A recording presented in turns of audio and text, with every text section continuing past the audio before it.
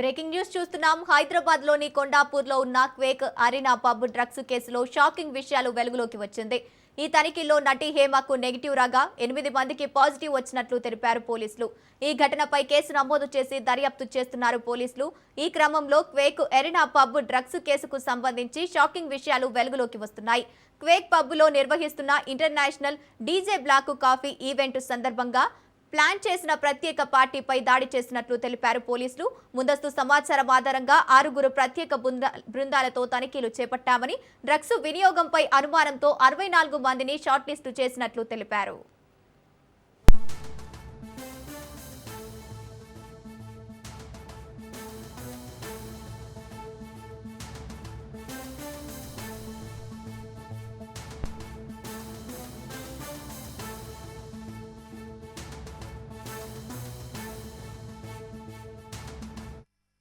స్పాట్లో 8 మంది డ్రగ్స్ వినియోగదారులను గుర్తించామని, అనుమానితులను ఎబాన్ యూరిన్ టెస్టు కిట్లతో పరీక్షలు నిర్వహించామని తెలిపారు పోలీసులు.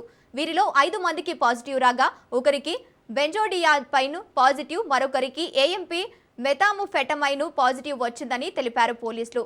మొత్తం 8 మంది డ్రగ్స్ వినియోగం చేసినట్లు నిర్ధారణ అయ్యిందని పోలీసులు తెలిపారు.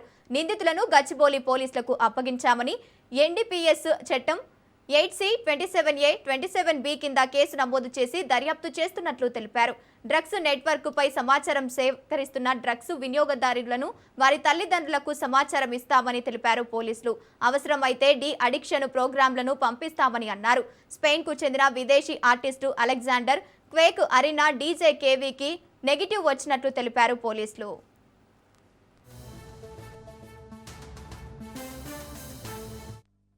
రైట్, ఇక ఇదే అంశానికి సంబంధించి పూర్తి డీటెయిల్స్ మా ప్రతినిధి పవన్ ఫోన్ ఇన్ ద్వారా అందిస్తారు. పవన్, కొండాపూర్లోని క్వేక్ అరీనా పబ్ లో లీగల్ టీమ్ నైట్ రైడ్ చేసిన నేపథ్యంలో 8 మందికి కూడా ఒక డ్రగ్స్ సంబంధించి పాజిటివ్ వచ్చింది. పాజిటివ్ వచ్చిన వెంటనే వారిని కూడా అదుపులోకి తీసుకున్నారు. అయితే ఒకరు మనీష్ ఉమేష్ బిజినెస్ మ్యాన్ గా తెలుస్తుంది. మరోవైపు చూస్తే రిషబ్ అనే ఒక వ్యక్తి బిజినెస్ మ్యాన్ గా తెలుస్తుంది. అభిషేక్ తో పాటు మరొక పృథ్వీ ఈయన కన్స్ట్రక్షన్ సంబంధించిన వ్యక్తిగా చెప్తున్నారు.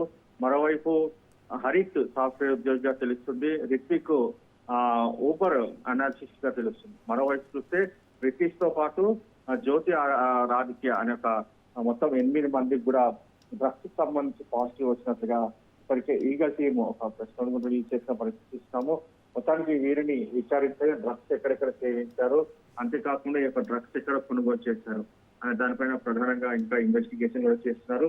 మరోవైపు చూస్తే ఈ కేసుకు సంబంధించి ప్రధానంగా ఒక బ్లాక్ కాఫీ పేరుతో ఈ యొక్క ఈవెంట్ నిర్వహించిన యొక్క ఎవరైతే ఆర్గనైజర్ ఉన్నారో అతన్ని కూడా ప్రజెంట్ అదుపులోకి తీసుకున్నారు. అదుపులోకి తీసుకొని విచారణ కొనసాగిస్తున్నారు. అసలు డ్రగ్స్ ఎక్కడ సరఫరా చేశారో దానిపైన కూడా నిఘా పెట్టిన పరిస్థితి చూస్తున్నాము. వీరందరికీ కూడా ర్యాపిడ్ టెస్ట్ నిర్వహించగా 8 మందికి కూడా పూర్తిగా పాజిటివ్ వచ్చింది. అయితే ఇందులో మాత్రం వారందరినీ కూడా అదుపులోకి తీసుకొని వారి యొక్క సెల్ ఫోన్స్ కూడా పోలీసులు స్వాధీనం చేస్తున్నారు. వారు డ్రగ్స్ ఎక్కడెక్కడ కొనుగోలు చేసిన దానిపైన కూడా నిఘా పెట్టామని చెప్పి పోలీసులు అంటున్నారు. Right, thank you Pawan.